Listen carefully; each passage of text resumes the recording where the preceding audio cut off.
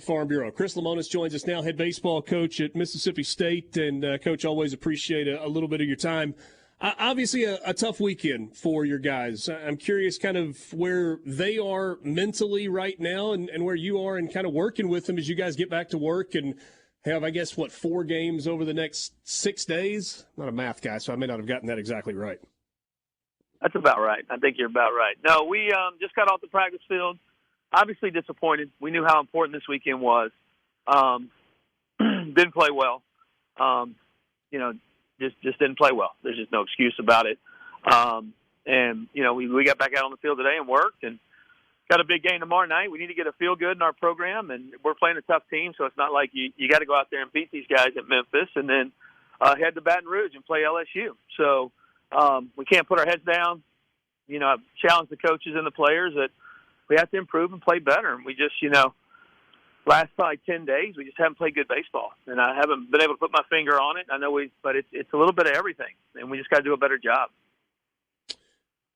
I don't know if you look at it the way we do. I remember back in January, I was taking a look at the schedule and just kind of looking at the way that it laid out. And, it's like, okay, in the first half of the year, maybe there's an opportunity to pile up some wins. Second half of the year, man, that's a really tough closing stretch.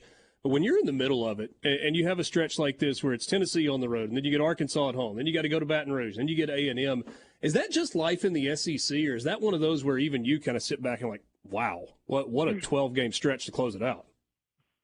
Well, it's life in the SEC. I mean, that's just what it is. I mean, I've said this before, like, they should be looking at it saying, damn, we have to go to Mississippi State, and right now we're just not playing good enough. We're not good enough right now. That's on me. Mentality. But we have had a harder schedule, but we knew it before the year. Some years it's a little easier, some years a little harder. You make do. You figure it out. Our early season was tough because the teams we played were on fire. So that, I think our first 3 weeks teams went 26-1. The 3 teams we opened up with. But we do have a tough stretch going out. But there's not much easy in the SEC when you pick the coach here. Coach, we haven't had a chance to talk to you on this show since a couple weeks ago, and in that time, obviously, you let Scott Foxhall leave the program as the pitching coach. I know that had to be a very tough decision for you. Just sort of talk us through the process of how you came to that decision. Just tough. I mean, we just haven't pitched well in 2 years. We've had a lot of injuries, so there's a built-in excuse for it, but we just, I just didn't feel like we were moving in the right direction. Probably been close friends for over 30 years.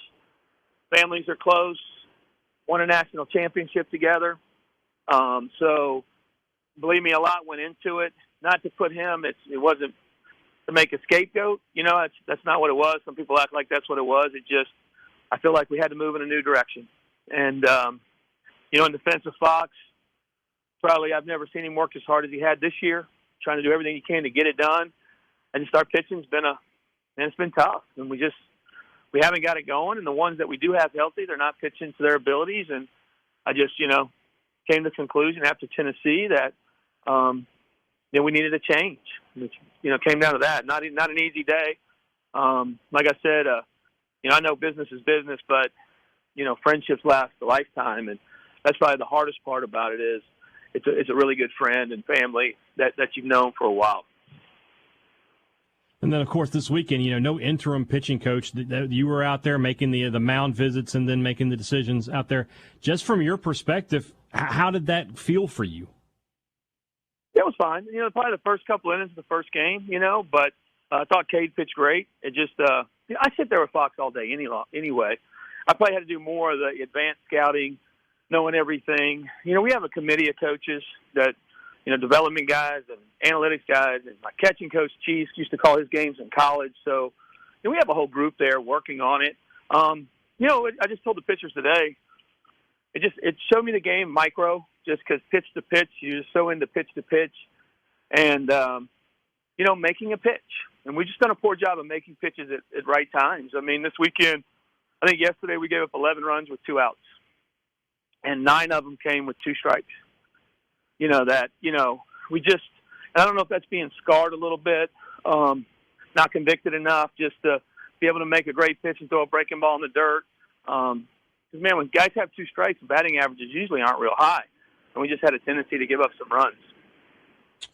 Chris, I'm wondering if you're having to kind of like do a dual track thing right now, where obviously you got to focus on this team and these games that are remaining on the regular season, and you're trying to win as many as you can to get to the SEC tournament and keep the season alive and all those things, but also with an eye toward the future and what changes you've got to make to get the team program, however you want to describe it, back to the place where I know you expect it to be. How do you balance those two things at the same time? We do it every year. It's just more magnified right now because we're not having success. But every year you're dealing with the draft. We're going out and seeing kids all spring. You're trying to figure out the couple of holes. Now you got a transfer portal, right? So you're having to look at that and see if you can figure out something. The crazy thing about like last year, because we had the injuries and they went over to the next year, that we had to replace a ton. I don't know if ours, looking at ours and trying to figure ours out. We have a really good recruiting class. Actually, our next 3 recruiting classes are about as high as you can be ranked.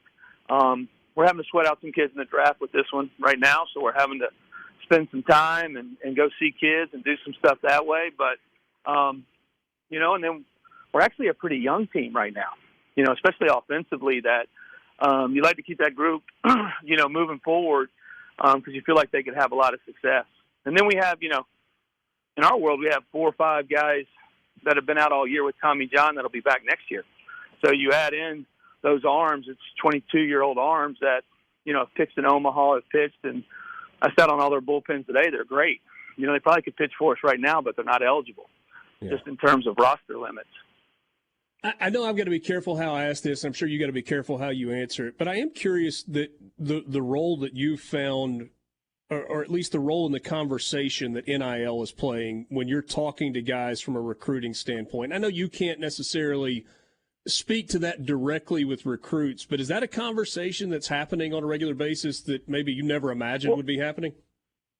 Yeah, well, you're right about that. I think the biggest part about it is their question is what are guys getting from the year before? So you have a track record now you're starting to develop, and they can kind of see some things like that and understanding, bigger players. But yeah, everybody's put us in a really tough situation. When I say us, coaches in any sport, because there's regulations and everything else. It's crazy out there, and so our sport, not so much as others, probably it's a lot more in, football and basketball, as I would imagine. But there's a handful of schools in college baseball that have real NIL, and so it becomes a tricky slope there. Yeah. Hey, last thing for you. Obviously, midweek game tomorrow. Then you got to go to Baton Rouge this weekend. It means you get to face Paul Skeens probably in game 1 unless something changes. He's a different breed on the mound, or at least based on what we've seen so far this season. How do you try to attack a guy like that? You try to wear him out a little bit. I guess he's throwing about 110, 115 pitches a game. You just want to have some at-bats where you battle. You don't want to have a lot of short stuff. The thing with LSU, you got to make them use somebody else on that night. They've had a handful of injuries too, so their depth is a little down. So if you can, you're trying to get them in one of those other games, and play them as well as you can. But, that guy's, they say he's almost Major League Baseball ready right now. So about as good as we've seen in our game in a long time. Yeah, certainly incredible. Chris, really appreciate